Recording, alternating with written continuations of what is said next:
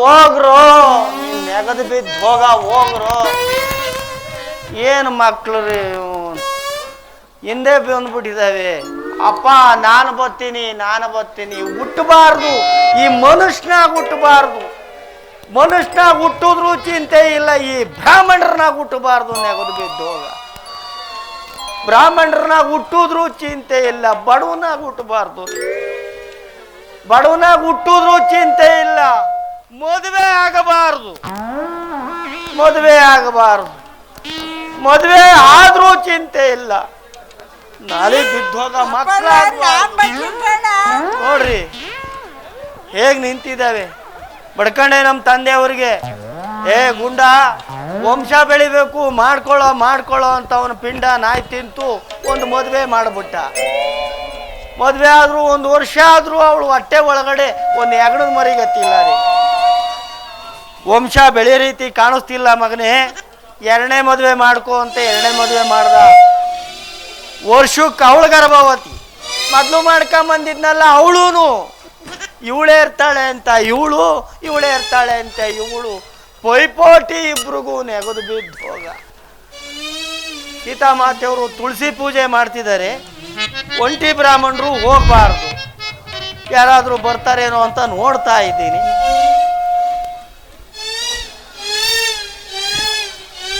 ಅಲ್ಲ ಬರ್ತಾರೆ, ಭಗವಂತ ಇದ್ದಾನೆ, ಯಾರನ್ನಾರು ಬಂದ್ರಲ್ಲ.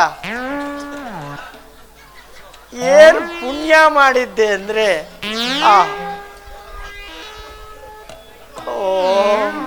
ಅಲ್ಲ ಇವರು ಮೂಗ್ನಲ್ಲಿ ಇಷ್ಟದಪ್ಪ ಸಿಂಬಳ ಬರ್ತಾ ಇದೆ, ಮುಂಡೆದು ಒರೆಸ್ಕೊಂಡು ಇಲ್ಲ. ಹೇಗೋ ಕರ್ಕೊಂಡು ಹೋದ್ರೆ ಆಯ್ತು. ಏನೋ ತಮ್ಮ ಹೆಸರು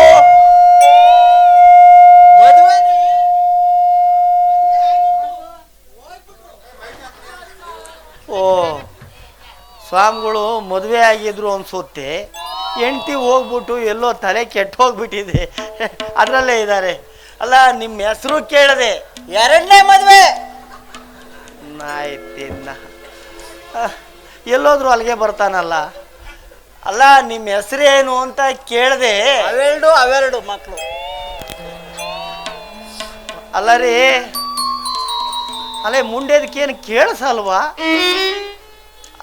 ನಿಮ್ಮ ಹೆಸರು ನಿಮ್ಮ ಹೆಸರೇನು? ಹೆಸರೇ ಅಪ್ಪಟ ಕರಿಗಿರಿ ಶಾಸ್ತ್ರಿ ಅಂತ. ಕರಿಗಿರಿ ಶಾಸ್ತ್ರಿಗಳು? ಹೌದು.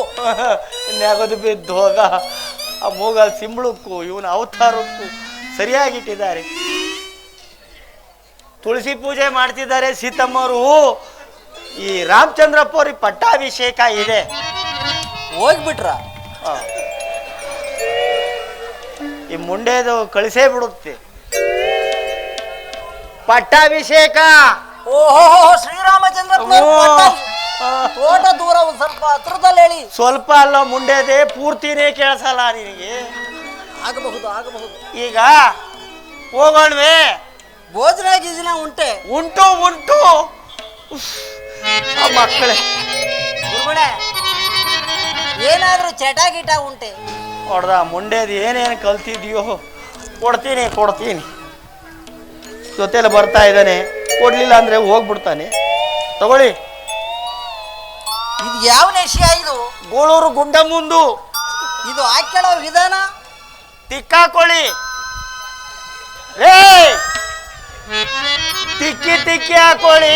ತಿಕ್ಕಿ ಹಚ್ಕೊಬೇಕೆ? ನೆಗದು ಬಿದ್ದು ಹೋಗ. ಹೆಂಗಿದೆ? ಬಹಳ ಮಜಬೂಪ್ ಆಗಿದೆ. ಆ ಮಕ್ಕಳೇ ವಾಸಿ ಆಗಿದ್ವು ಕಣ್ರಿ. ಹೋಗೋಣವೇ?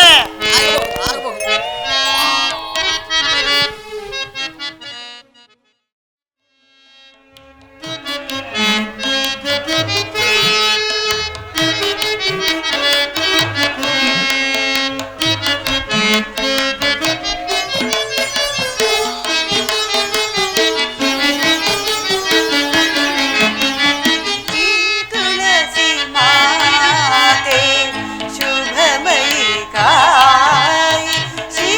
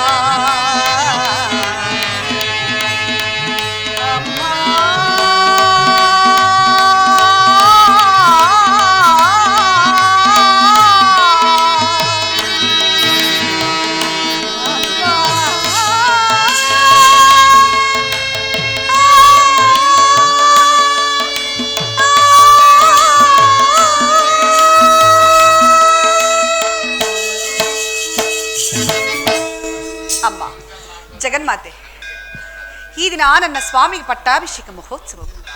ಈ ಶುಭ ಸಮಯದಲ್ಲಿ ನಮ್ಮೆಲ್ಲರನ್ನು ಹರಿಸುತ್ತಾಯಿ. ಎಂತಹ ಹರುಷದ ಸುದ್ದಿನವು. ಬ್ರಾಹ್ಮಣೋತ್ತಮರಿಗೆ ದಾನ ಧರ್ಮಗಳನ್ನು ಮಾಡಿ ಅವರ ಕೃಪಾಶೀರ್ವಾದವನ್ನು ಪಡೆದು ಕೃತಾರ್ಥಳಾಗುವೆನು.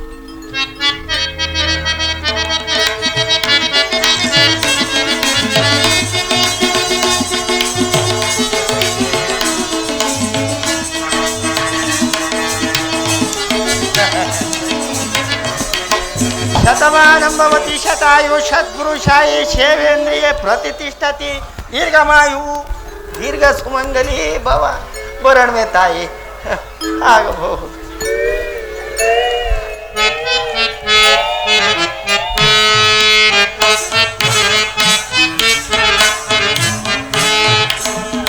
ಸೀತೆ ಈ ದಿನ ಪಟ್ಟಾಭಿಷೇಕ ತಿಳಿದು ಬ್ರಾಹ್ಮಣೋತ್ತಮರಿಗೆ ದಾನಾಧರಣ ಮಾಡಿ ತಿನ್ನಕ್ಕೆ ಭಾಗಿಯಾಗುತ್ತೇವೆ. ಇಂಥ ಸಮಯದಲ್ಲಿ ನನ್ನ ವನವಾಸದ ವಿಚಾರವನ್ನು ಈಕೆಗೆ ನಾನು ಹೇಗೆ ತಿಳಿಸಲಿ? ತಿಳಿಸದಿದ್ದರೆ ವಿಧಿ ಇಲ್ಲ, ವಿಧಿ ಇಚ್ಛೆಯಂತೆ ಆಗ. ಸೀತಾ, ಜಾನಕಿ, ಸ್ವಾಮಿ,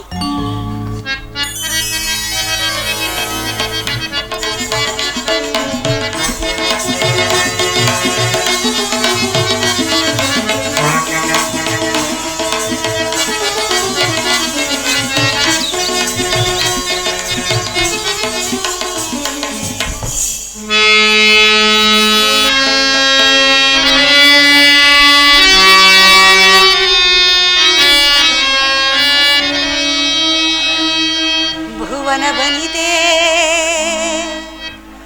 ಮುಡಿದ ಮಲ್ಲಿಗೆಯೋ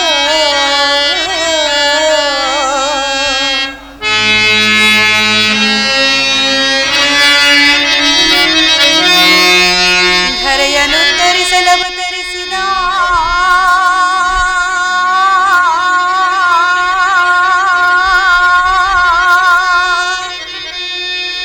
ದಿನಮಣಿಯೋ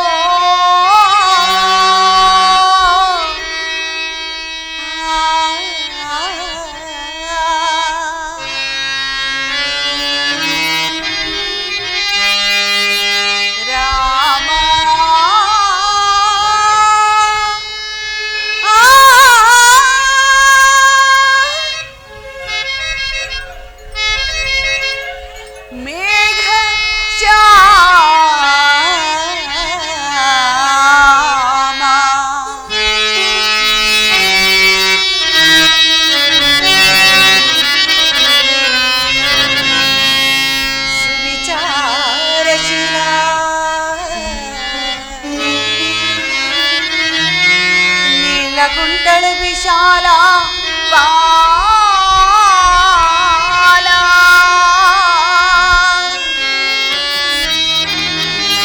ರಾಮನ ನೋಡುವೆ ಮರದಣಿವ ತನಕ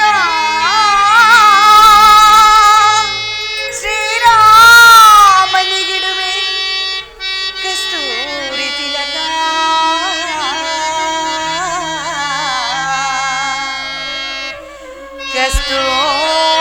ಕಸ್ತೂರಿ ತಿಲಕ.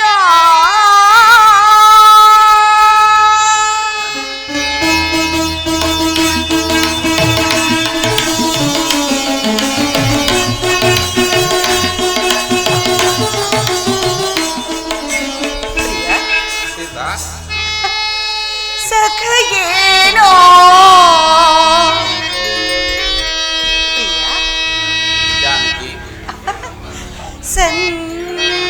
ಸಂತೋಷ ವಾಗಿದೆ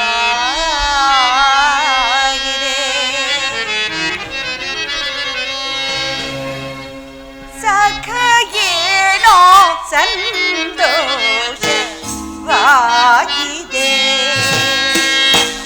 ಸಖಯೇ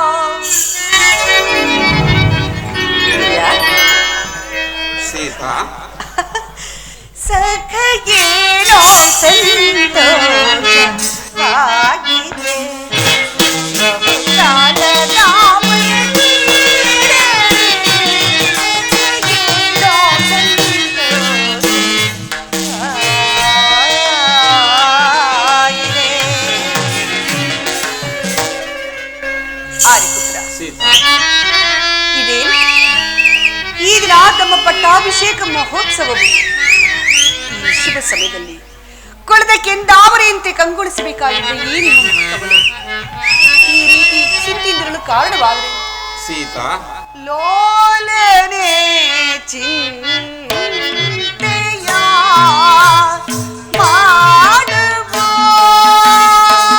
ಮಾಡಬಹುದೇನಿದೋ?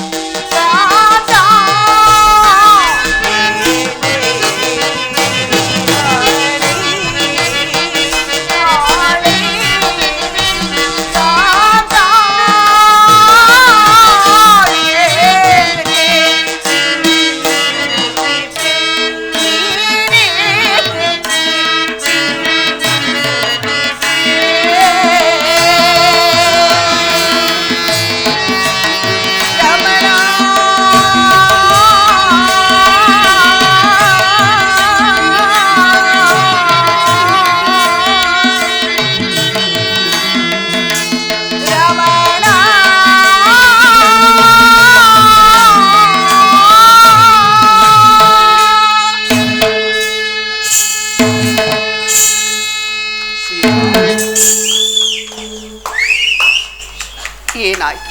ವಿಚಾರವೇನು? ನನ್ನ ಸಂಗಡ ಹೇಳಬಾರದೆ. ಸೀತಾ, ಏನು ಹೇಳಿ?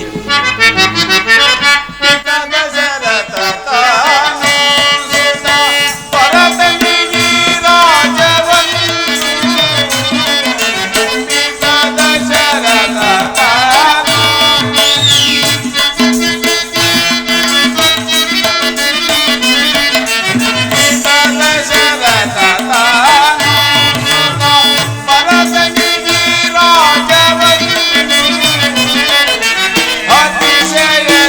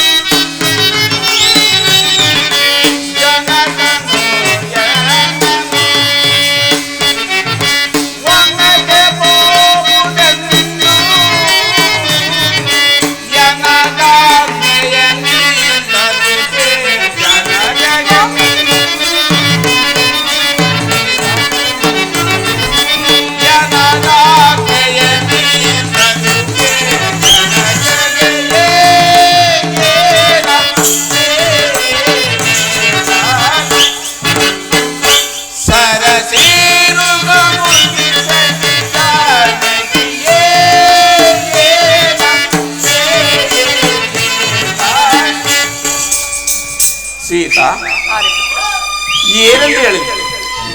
ಶೀಘ್ರದಲ್ಲೇ ನಿನ್ನ ಅಗಲಬೇಕಾದ ಉಭಯ ಸಂಕಟ ಪರಿಣಾಮವು ಅದಕ್ಕೆ ಬಂದಿರುವ ಸೀತಾ. ಏನು ನನ್ನನ್ನು ಅಗಲಬೇಕಾದ ವಿಚಾರ? ಹೌದು ಸೀತಾ. ಸ್ವಾಮಿ, ವಿಚಾರವೇ ನನ್ನ ಸಂಗಡ ಹೇಳಬಾರ್ದು. ಸೀತಾ, ಹಿಂದೆ ದೇವ ಅಸುರ ಇದ್ದಲ್ಲಿ ಮಾತೆ ಆದ ಕೈಕಾ ದೇವಿ ಮಾಡಿ ಸಾಹಸಕ್ಕೆ ಮೆಚ್ಚಿ ನಮ್ಮ ಜನಕನು ಸೀತಾ 2 ವರಗಳನ್ನು ಕೊಟ್ಟಿದ್ದೇನೆ. ಆ ವರವನ್ನು ಈಗ ಕೇಳಿಕೊಂಡಲ್ಲಿ ಏನೆಂಬುದಾಗಿ ಪ್ರಭು? ಈಗ ಮೊದಲನೆಯವರಿಗೆ ನನಗೆ ನಡೆಯಬೇಕಾದ ಪಟ್ಟಾಭಿಷೇಕವನ್ನು ತಪ್ಪಿಸಿ ತನ್ನ ಮಗನಾದ ಭಕ್ತನಿಗೆ ಆಗಬೇಕಿದೆ. ಇನ್ನ 2ನೆಯವರಿಗೆ ನಾನು ನಾರ್ಮಲ್ ಜಟಾವಲ್ಕಲ ದಾರಿಯಾಗಿ ಪುರಾಪ್ರವೇಶ ಮಾಡದೆ 14 ವರ್ಷಗಳ ಕಾಲ ಅರಣ್ಯವಾಸ ಮಾಡಬೇಕೆಂದು ಕೇಳಿಕೊಂಡಳು. ಆದ್ದರಿಂದ ನಾನು ಪಿತೃವಾಕ್ಯ ಪರಿಪಾಲಕನಾಗಿ ವನವಾಸಗೊಳ್ಳುವೆನಾದ್ದರಿಂದ ನಾನು ಬರುವವರೆಗೂ ನಮ್ಮ ತಂದೆ ತಾಯಿಗಳ ಸೇವೆಯನ್ನು ಮಾಡಿಕೊಂಡಿರುವೆ.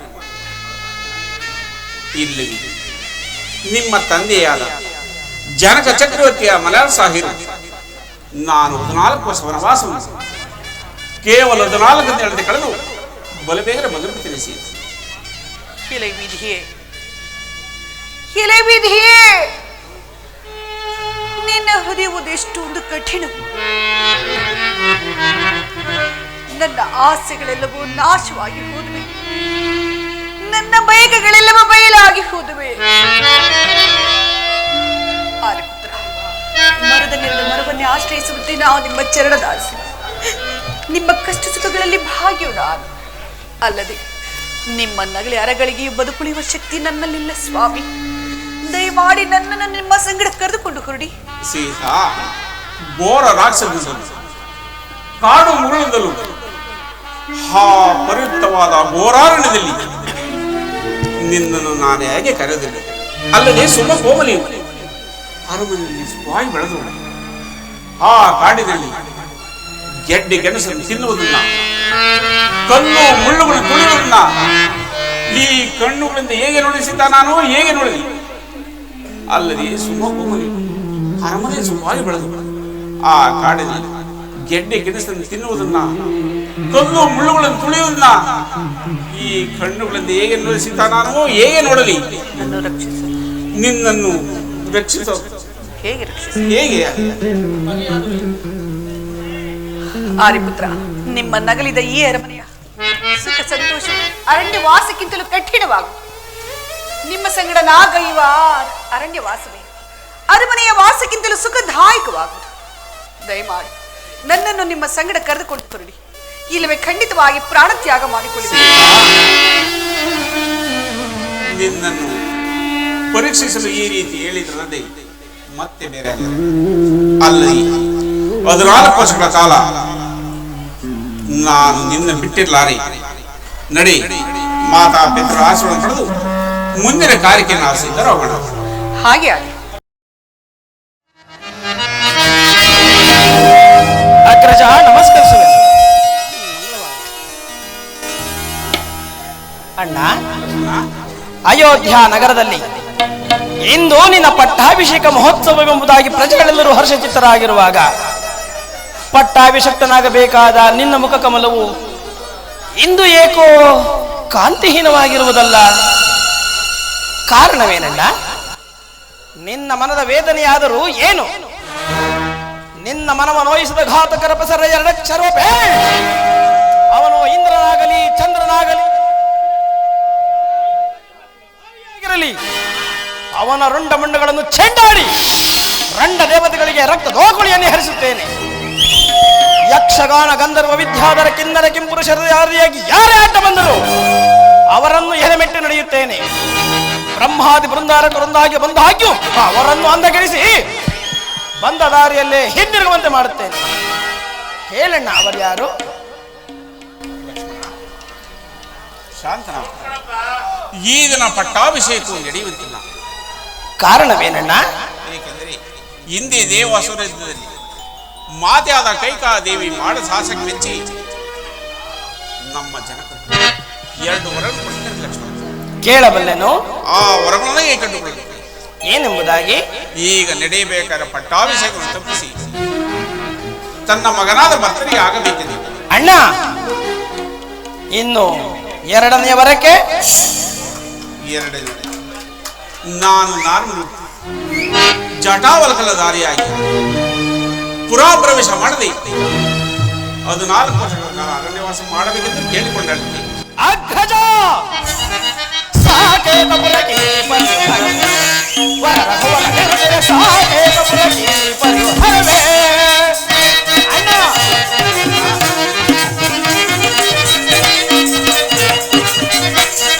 ಸಾಕೇತ ಪುರಕ್ಕೆ ಪರಿಹರವೇ ವರ ನಿರುದರೆ ಸಾಕೇತ ಪುರಕ್ಕೆ ಪರಿಹರವೇ.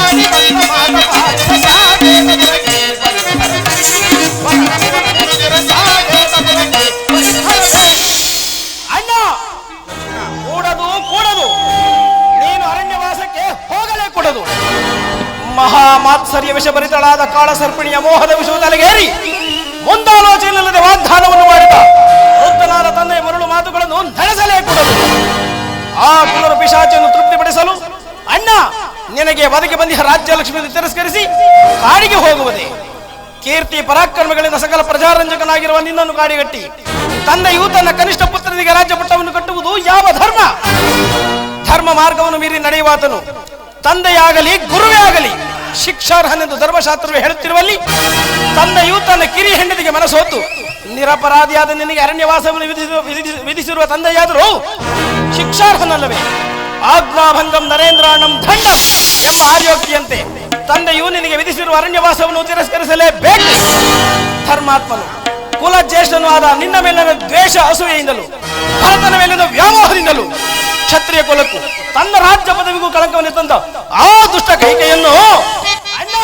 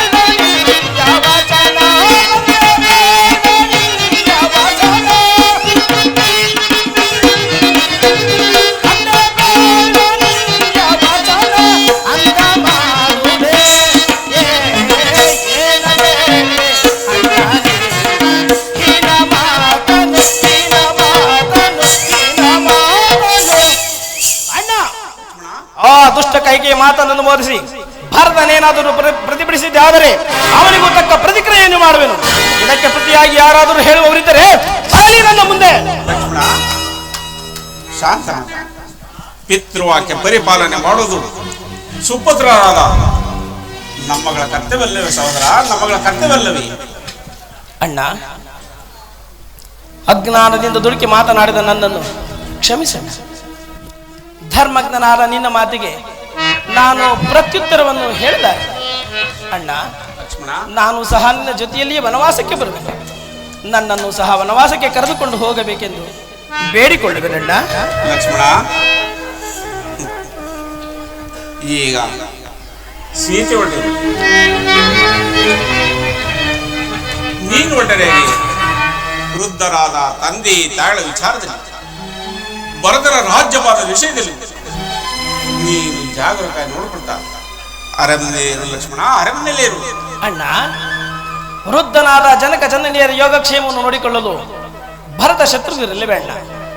ಅಲ್ಲದೆ ಭರತನ ರಾಜ್ಯಭಾರವನ್ನು ವೀಕ್ಷಿಸಲು ಆತನ ತಾಯಿಯಾದ ಕೈಕಾ ಮಾತ ಇಲ್ಲವೇ ಅಣ್ಣ?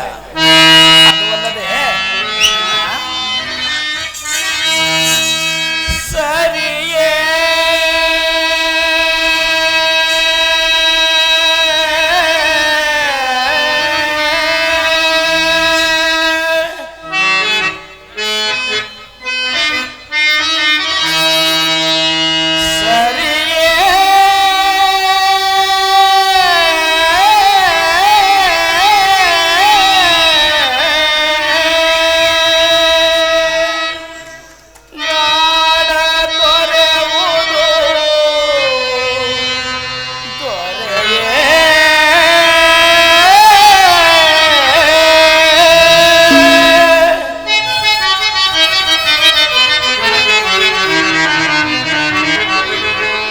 ಹಗಲಿರುಳು ಪರಿತಪಿಪ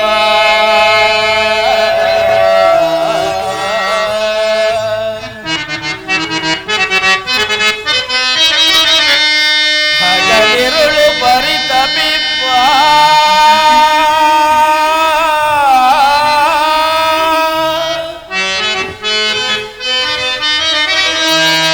ಪುರದ ಜನರ ತೊರೆವುದು ಸರಿಯೇ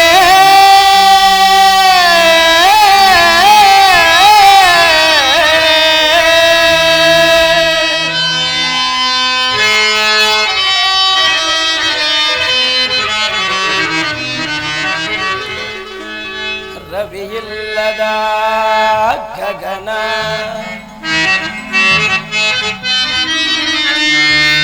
ನಗುವಿಲ್ಲದ ವದನ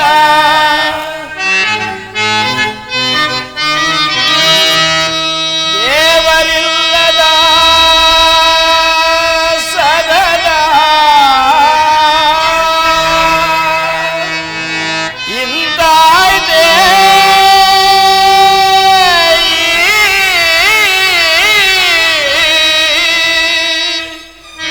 ಅಯೋಧ್ಯೆಯ ಕದನ ರಾಮ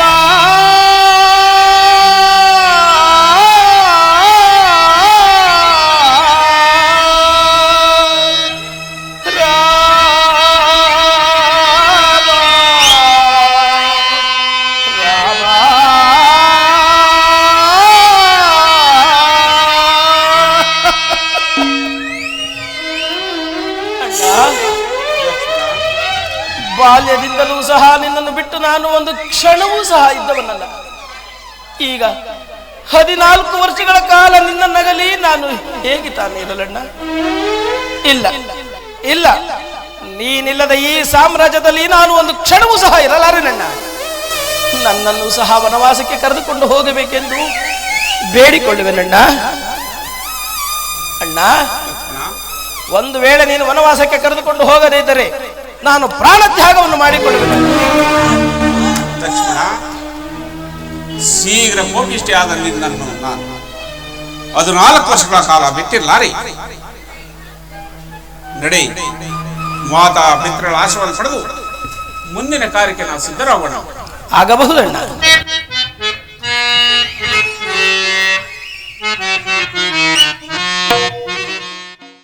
ರಾಮ, ರಾಮಚಂದ್ರ, ಕೈಕಾ ದೇವಿ, ಯಾವ ಸ್ವಾರ್ಥಕ್ಕಾಗಿ ಆಟ ಸಾಧಿಸುತ್ತಿರುವೆ? ಯಾರ ದುರ್ಬೋಧನೆಗೆ ಕಿವಿಗೊಟ್ಟು ಹಡೆದ ಮಗನಿಗಿಂತಲೂ ಹೆಚ್ಚಾಗಿ ಸಾಕಿ ಸಲುಹಿದ ನನ್ನ ರಾಮನನ್ನು ನಿಷ್ಕರುಣೆಯಿಂದ ಅಡವೆಗಟ್ಟುತ್ತಿರುವೆ. ಸವತಿಯ ಮಗನೆಂಬ ಮಾತ್ಸರ್ಯವು ನಿನ್ನಲ್ಲೂ ಮನೆ ಮಾಡಿದ್ದೆ.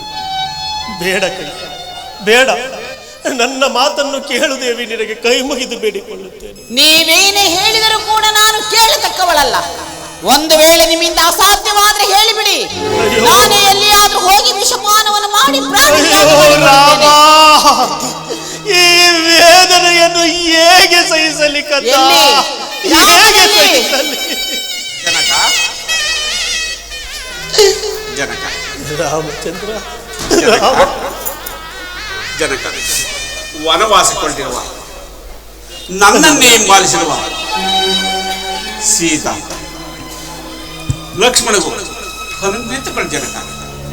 ಅಯ್ಯೋ ರಾಮಚಂದ್ರ, ನಿನಗೆ ವನವಾಸದ ಅನುಜ್ಞೆಯೇ ಕಂದ, ವನವಾಸದ ಅನುಜ್ಞೆ. ನಿನ್ನ ಮುಂದೆ ರಾಮ ರಾಮ ಎಂದು ಯಾರನ್ನ ಕರೆಯಲಿ ಕಂದ?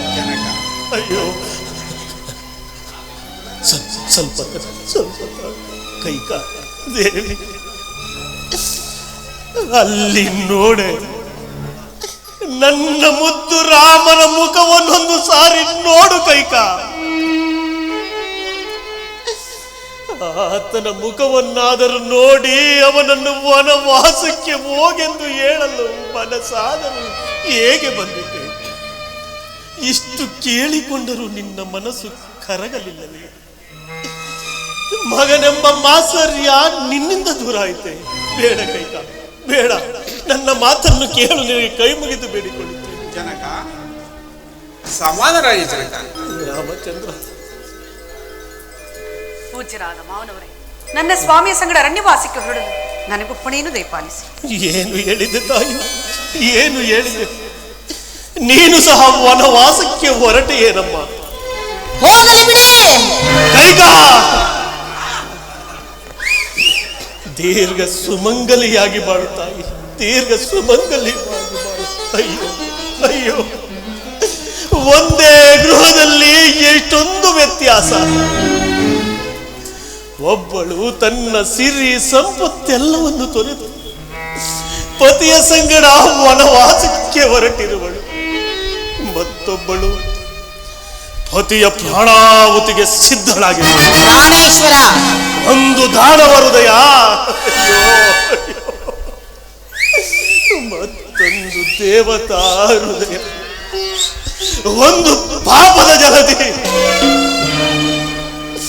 ಮತ್ತೊಂದು ಪುಣ್ಯದ ದೀರ್ಘ ಸುಮಂಗಲಿಯಾಗಿ ಬಾಳು. ಜನಕ, ಲಕ್ಷ್ಮಣ, ಮಾತೆಯಾದ ಸೀತಾದೇವಿ ಹಾಗೂ ಅಣ್ಣ ಶ್ರೀರಾಮಚಂದ್ರರ ಜೊತೆಗೂಡಿ ನಾನು ಸಹ ವನವಾಸಕ್ಕೆ ಹೊರಟಿರುವೆ. ನನ್ನನ್ನು ಆಶೀರ್ವದಿಸಿ ಜನಕ. ಏನು ಹೇಳಿದೆ ಲಕ್ಷ್ಮಣ, ಏನು ಹೇಳಿದೆ? ನೀನು ಸಹ ವನವಾಸಕ್ಕೆ ಹೊರಟೆಯೇನಪ್ಪ? ಹೌದು ಜನಕ. ಅಯ್ಯೋ ಕಂದ ಮಗಳಿರ, ಹೋಗಿರಿ ಹೋಗಿರಿ, ಎಲ್ಲರೂ ನನ್ನನ್ನು ತೊರೆದು ಹೋಗಿರಿ.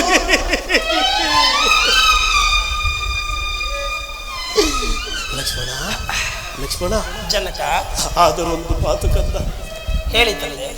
ಅಣ್ಣ ಶ್ರೀರಾಮಚಂದ್ರನನ್ನ ತಂದೆ ದಶರಥನೆಂದು ತಿಳಿ, ಸೀತಾ ಮಾತೆಯನ್ನ ತನ್ನ ತಾಯಿಯನ್ನು ಭಾವಿಸಿ ಅವರ ಸೇವೆಯನ್ನು ಮಾಡಿಕೊಂಡು ಅಗ್ರಜಾನಂದವನ್ನು ಪಡೆಕಂದ, ಅಗ್ರಜಾನಂದವನ್ನು ಪಡೆ.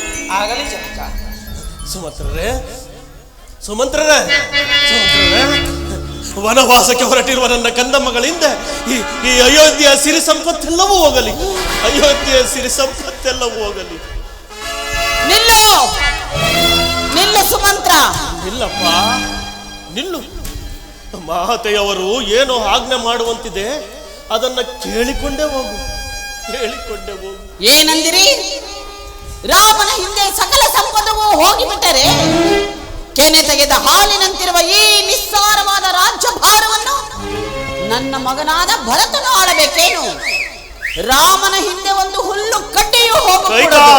ರಾಮಚಂದ್ರ, ಅರಣ್ಯವಾಸಕ್ಕೆ ಹೊರಡುವ ನಿನಗೆ ಈ ವಸ್ತ್ರಾಭರಣಗಳು ಏತಕ್ಕಾಗಿ ಬೇಕು? ನಾನು ಕೊಡುವ ನಾರ್ಮುಡಿಯನ್ನುಟ್ಟು ಅರಣ್ಯವಾಸಕ್ಕೆ ನನ್ನ ಕಂದಮ್ಮಗಳಿಗೆ ನಾರ್ಮುಡಿಯೇ? ಅಯ್ಯೋ ಅಮ್ಮ, ಸಮಾಧಾನ ಆಗ್ತಾ ಇದೆ. ವನವಾಸ ಮಾಡಿದ ನನಗೆ ಈ ರಾಜ್ಯದಲ್ಲಿ ಏನ್ ಪ್ರಯೋಜನ? ಅಮ್ಮ, ಈ ರಾಜ್ಯಾಂಗಗಳು ಅರಸರಿಗೆ ಬೇಕಾಗಿಲ್ಲ, ನನಗೇನು ಬೇಕಾಗಿಲ್ಲ.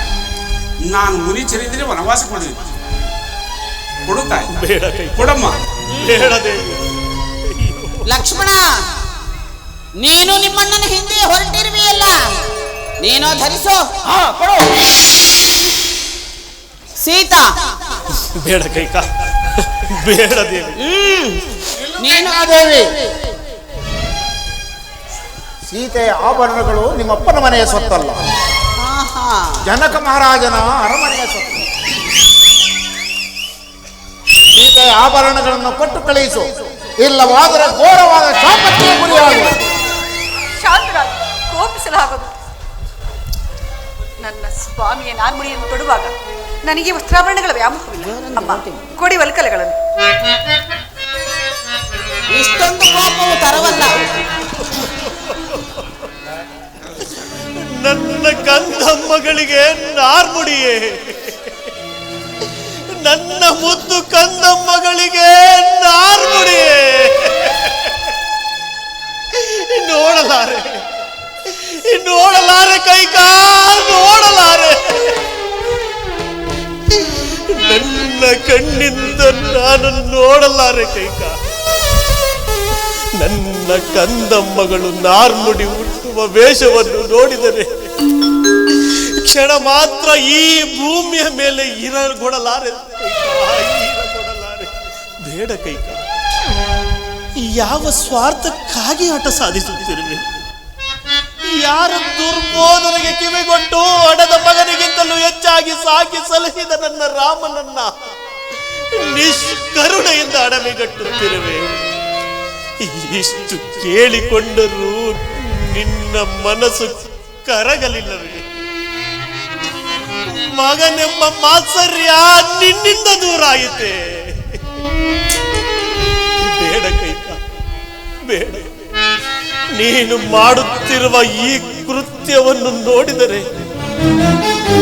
ನಾಡೇಕೆ, ನಾಡೇಕೆ ಈ ಜಗವೇ ನಗುವುದು.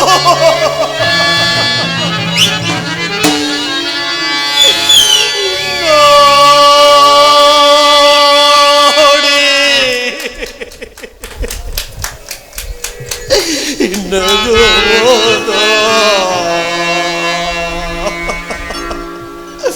ಈ ಜಗವು ನಿನ್ನ ನೋಡಿ. ಹೌದು ಹೌದು, ನಗುವುದು ಈ ಜಗವು ಬೇಡಿ ಪಡೆದ ಸುಕುಮಾರ ರಾವಣ.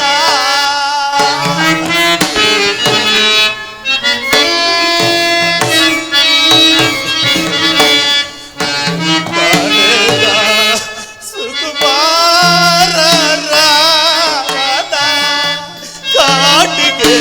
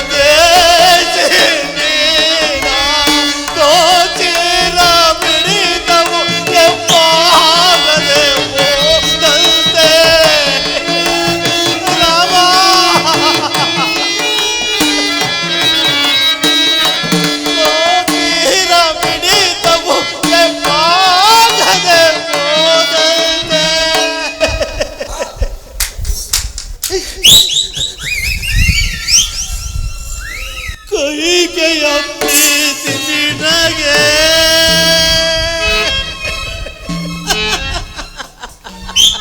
ನಗುತ್ತಿರುವೆಯಾ ನಗುತ್ತಿರುವೆಯಾ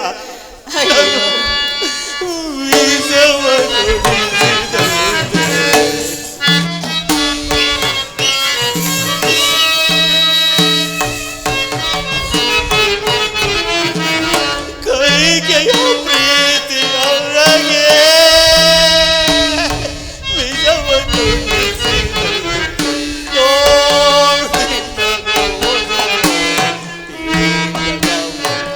ನಿನ್ನ ನೋಡಿ ಕೈಕಾ ದೇವಿ ನಿನ್ನನ್ನಲ್ಲ ಕೈಕಾ ಮತ್ತಾರನ್ನು ನನ್ನಲ್ಲ ಮತ್ತೆ ಏ ಪಾಪಿ ದಶರಥ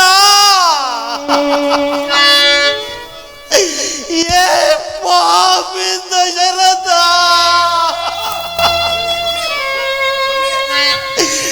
ನನ್ನ ನೋಡಿ ನಗುವುದು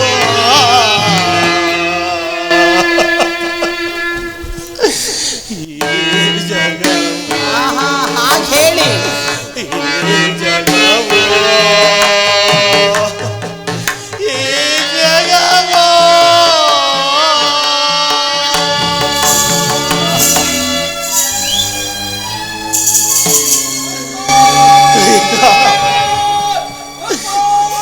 ಹೇಗೆ ಕೈಕ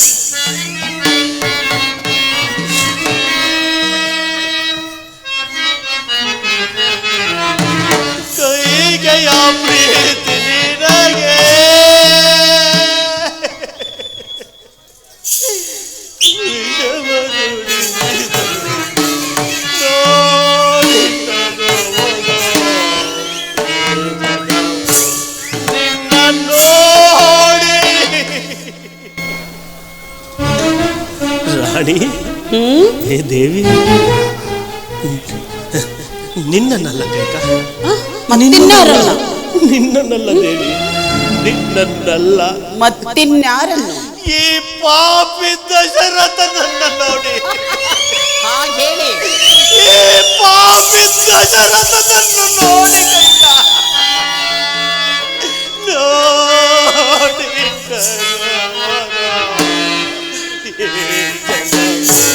ನಿನ್ನ ನೋಡಿ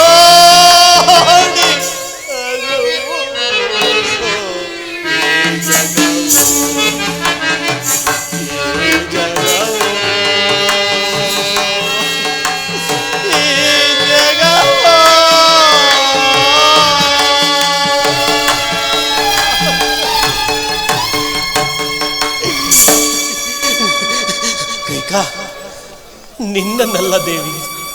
ಆಯ್ತು ಬಿಡಿ, ನಿಮ್ಮನ್ನೇ ಆಗಲಿ. ನಿನ್ನ ಮೋಹದ ಮಾತಿಗೆ ಮರುಳಾಗಿ ವಚನವಿತ್ತು ಹಡೆದ ಮಕ್ಕಳನ್ನು ಅಡವಿಗಟ್ಟುತ್ತಿರುವ ಈ ಮುದಿ ದೊರೆಯನ್ನು ನೋಡಿ ಈ ಜಗವು ನಗುತ್ತಿದೆ. ಈ ಜಗವು ನಗುತ್ತಿದೆ, ನಗುತ್ತಿದೆ. ಸಾಕು ಮಾಡಿ ನಿಮ್ಮ ಗೋಳಾಟವನ್ನು. ಈ ನಿಮ್ಮ ಗೋಳಾಟವನ್ನು ಕೇಳಿ ಕೇಳಿ ಕೇಳಿ ನನಗಂತೂ ಸಾಕಾಗಿ ಹೋಯಿತು. ಹಾಗಿದ್ದರೆ ದೇವಾಸುರ ಯುದ್ಧದಲ್ಲಿ ನನ್ನನ್ನೇ ನಿಮ್ಮ ಸಾರಥಿಯನ್ನಾಗಿ ಏಕೆ ಕರೆದುಕೊಂಡು ಹೋದಿರಿ? ಅಂದು ನಾನು ಮಾಡಿದ ಸಾಹಸಕ್ಕೆ ಮೆಚ್ಚಿ ನನಗೇಕೆ 2 ವರಗಳನ್ನು ಕೊಟ್ಟಿರಿ? ಅಂದು ವರಗಳನ್ನು ಕೊಟ್ಟು ನೆರವೇರಿಸಿಕೊಡುವುದಾಗಿ ಇಂದು ರಾಮನ ಮೇಲೆ ಆಣೆ ಇಟ್ಟು ಈಗಲೇ ಕೊಟ್ಟ ಮಾತಿಗೆ ತಪ್ಪುತ್ತಿರುವಿರಲ್ಲ. ಅಯ್ಯೋ ಕೈಕ, ನಿನ್ನ ಅಂದವನ್ನು ನೋಡಿ ಮರುಳಾದ ಈ ಕಣ್ಗಳು ಹಿಂಗಿ ಹೋಗಬಾರದು. ಹೋಗಲಿ ಬಿಡಿ. ನಿನ್ನ ಮೋಹಕ್ಕೆ ಮನಸೋತು ವಚನವಿತ್ತು ನನ್ನ ಕಂದಮ್ಮಗಳನ್ನು ಅಡವಿಗಟ್ಟಿದ ಈ ನಾಲಿಗೆಯೂ ಸೇದಿ ಹೋಗಬಾರದು. ನನ್ನ ಒಡಲು ಉರಿಯುವಂತೆ ನಿನ್ನ ಒಡಲು ಉರಿದು ಬೀಳಲಿ.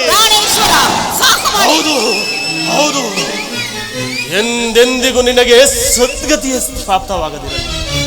ಸದ್ಗತಿಯ ಪ್ರಾಪ್ತವ ಎಲ್ಲಿ ರಾಮನೆಲ್ಲಿ? ಅಯ್ಯೋ ಅಯ್ಯೋ, ನನ್ನ ಕಂದಮ್ಮಗಳನ್ನು ನಾನು ನೋಡಲಾರೆ. ನಾಲ್ಗುಡಿ ವೇಷದಲ್ಲಿ ನಾನು ನೋಡಲಾರೆ. ರಾಮಚಂದ್ರ, ಅಯ್ಯೋ ಲಕ್ಷ್ಮಣ, ಅಯ್ಯೋ ಜನಕ, ವನವಾಸಕ್ಕೆ ಹೊರಟೇ ಬಿಟ್ಟೆಯ ಕಂದ. ಈ ಪಾಪಿ ದಶರಥನನ್ನು ತೊರೆದು ಹೋಗುತ್ತಿರುವಿರಾ?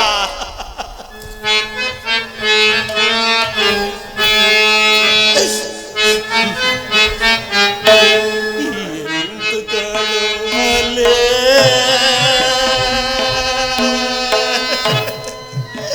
ಸುಂದರ,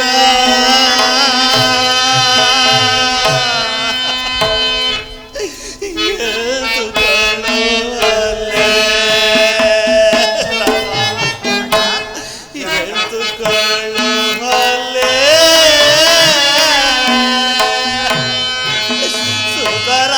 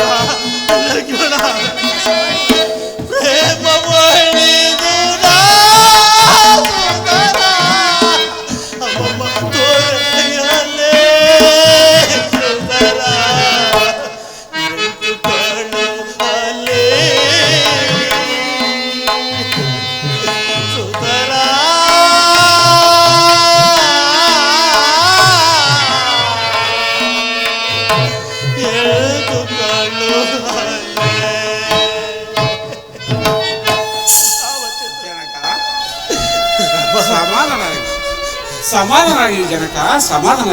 ಅಯ್ಯೋ